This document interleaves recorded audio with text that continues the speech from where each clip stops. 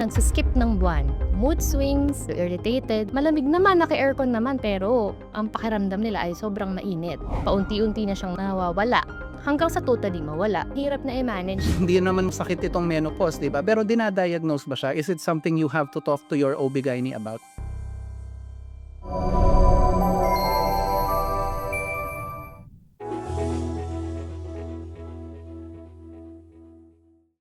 Kumusta mga kababayan? Welcome sa isa na namang episode ng Medico.ph at ngayon pag-uusapan natin, hindi naman siya karamdaman pero part siya sa buhay ng mga tao lalo na ng mga babae at yun ang tinatawag na menopause.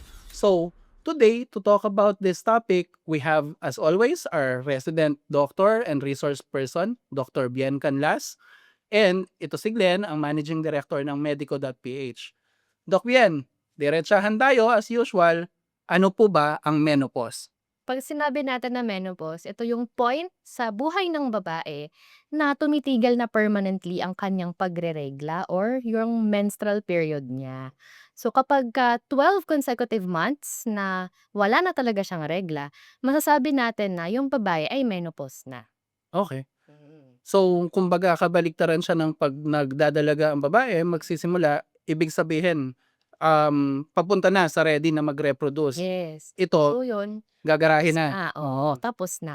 So, yung common na misconception 'no, na parang yung menopause habang buhay kang menopause, Mm. gano'n 'no. So, actually may tatlong stages 'yan, yung perimenopause.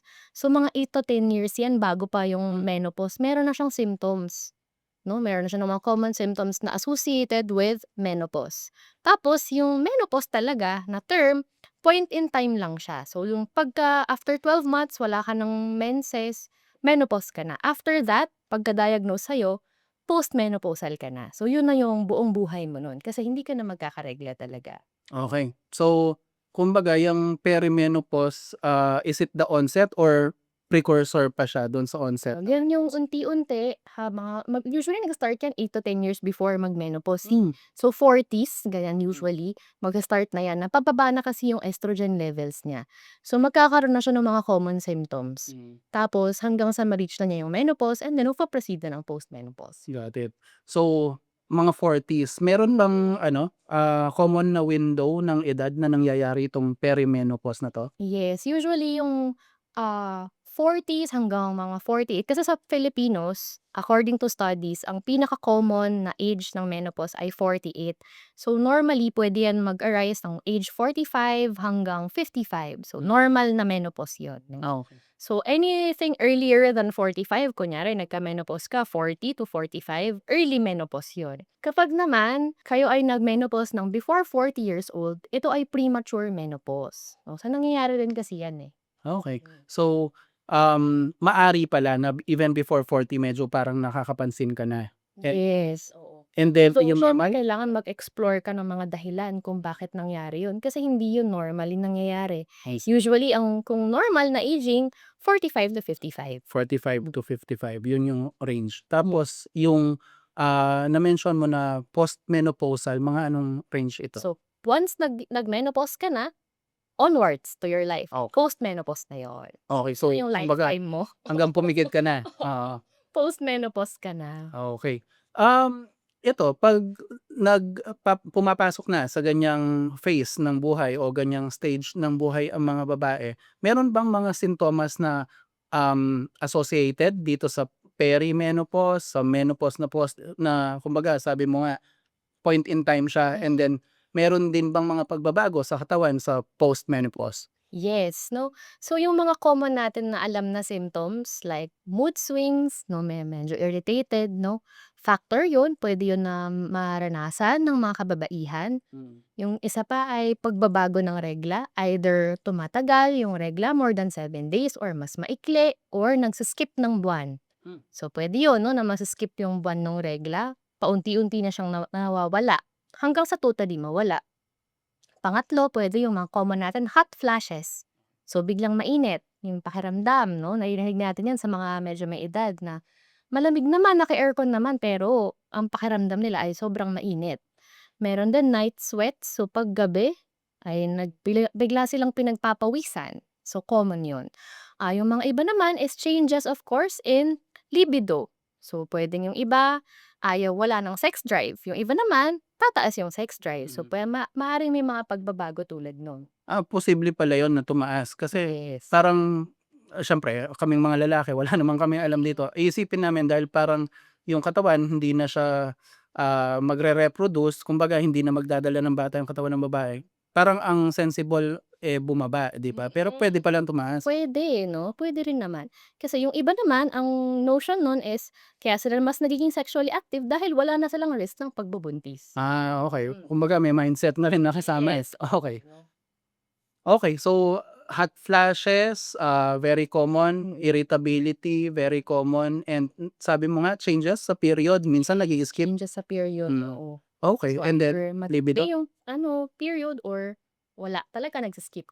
Okey. So, sa mga ito, yung pinakaalam natin na na mga sintomas yung pagiging irritable at saka, hot flashes, yung Mm. palaging naiinitan, sabi mo nga kahit naka-aircon na parang yan yung prototype, para sa Oo. mga Pilipino.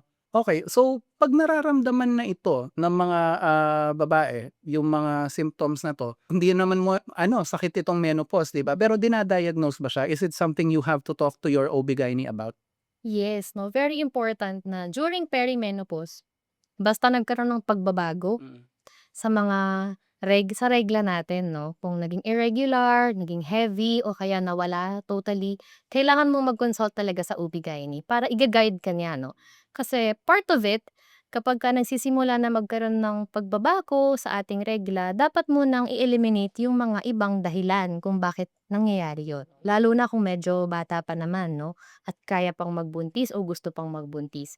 Pero kung yung natural na, puwede rin 'no, kailangan din encourage na magpa-check-up once nag-menopause para makatulong nga sa pagma-manage ng mga simptomas. Usually naman wala naman silang ire-request na iba pang mga laboratory 'no, ang pagda-diagnose ng menopause mostly by reporting. So, ang usually advice pagka nag-start ng perimenopause, advice mo sila i-note mo ano yung mga pagbabago sa regla, Mm. tuwing anong buwan nagkakaroon ng pagbabago, tuwing kailan na lang yung huli mong regla para ma-note 'no, na pagka once na-reach mo na yon yung 1 year talaga, 12 months na walang regla, sure na yon na menopause na. Got it. Oo. So, kumbaga walang test-test ito, observation lahat, 'no? Mm. Mm. Paano mina-manage itong mga symptoms? Yung iba kasi mahirap talaga, sabi nga nila ang reputasyon ng mga babaeng nagme-menopause medyo masungit ng konti. Ewan ko lang kung totoo sa inyo na mga nanonood, pero sa experience ko sa nanay ko, and pati sa mother-in-law ko, hindi ako nagsabi, yung asawa ko nakuwento lang niya sa akin na parang medyo madali silang ma-trigger 'pag nagme-menopause na sila. Siguro dahil yung ako feeling ko kung lagi akong parang nainitan Hmm. magiging irritable rin ako, Mm. Paano mina-manage 'tong mga ganito? For menopause, ang management of course is hormone replacement. Okey. Oo 'no, so bibigyan sila ng hormones, combination ng estrogen at protoestrogen. So itong dalawa na 'to na combination, so depende yun sa OB/GYN niya 'no, na sa kanya kung ano yung ibibigay. Pero yun yung management talaga niya. So papalitan yung hormones, nawala. Dahil nga sobrang baba na ng production ng estrogen or tumitigil na, bibigyan nun para mawala yung mga, simptomas. Pero mostly ay lifestyle management, of Mm. course.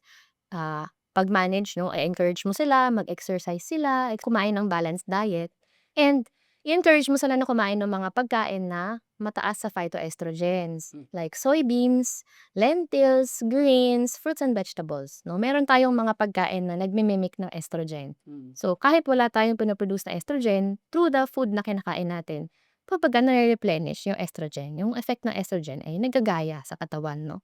And siyempre ang isa pa rin kasi na problem 'no, hindi ko nabanggit kanina is insomnia. Ah. So, nahihirapan silang matulog.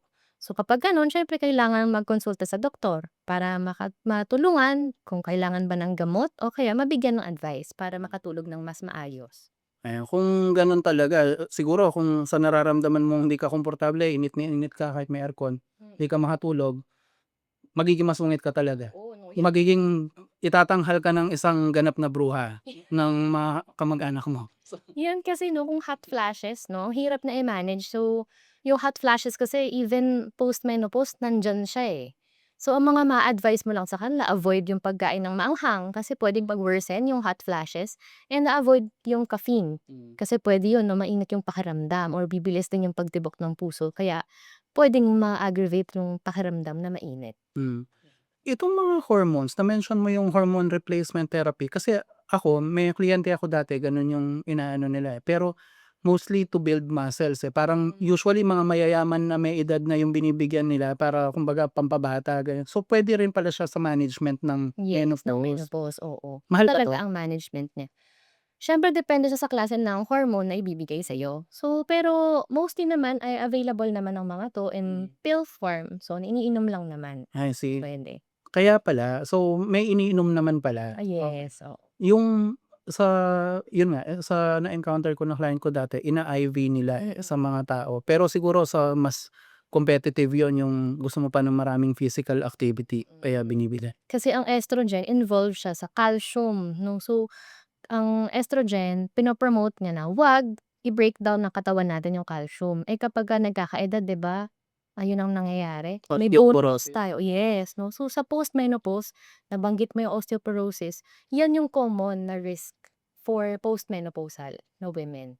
Kaya pala yung mga pinapatalastas na, gatas mas Oo, targeted sa babae 'no? yes. Okey, Kasi to prevent bone loss. okey. So, yun pala yun. Mas likely ba siya sa babae or even sa lalaki habang nag-eedad? Ang lalaki kasi meron tayong tinatawag na andropause, Mm. yun yung parang menopause ng panglalaki. Although ang difference is, sa mga lalaki gradual yung pag-decrease ng testosterone. Mm. So habang tumatanda 1% gano'n yung pagbaba. So hindi siya drastic enough to cause yung symptoms, Mm. 'no. Pero siyempre 'no, kapagka nagkakaedad makakatulong pa rin yung mga gano'n, mga supplements, mga pag-inom ng gatas, ganyan 'no. Okey. So, mama-manage naman pala. Mm. Kumbaga may choice ka na hindi maging iritable, mag-suffer, at hindi maging masungit sa mga tao. Sorry, medyo traumatic 'pag Mukhang may pinagdaanan ng mapapagalitan na po pagka lumabas ang video na 'to. magpinsan kami ni doktora, pareho na ring lumagpas diyan ang mga nanay namin. So, 'pag napanood nila 'to, peace na lang. Anyway, this has been Glenn of Medico.ph, along with our resource person, Resident Dr. Bian Canlas. Sa ngalan po ng aking partner, si Dr. Anthony So, nagsasabi kami na paalam, stay happy, stay healthy, at syempre, laging may magagawa at para i-manage ang mga sintomas kung kayo ay nasa stage na ng menopause. Bye-bye!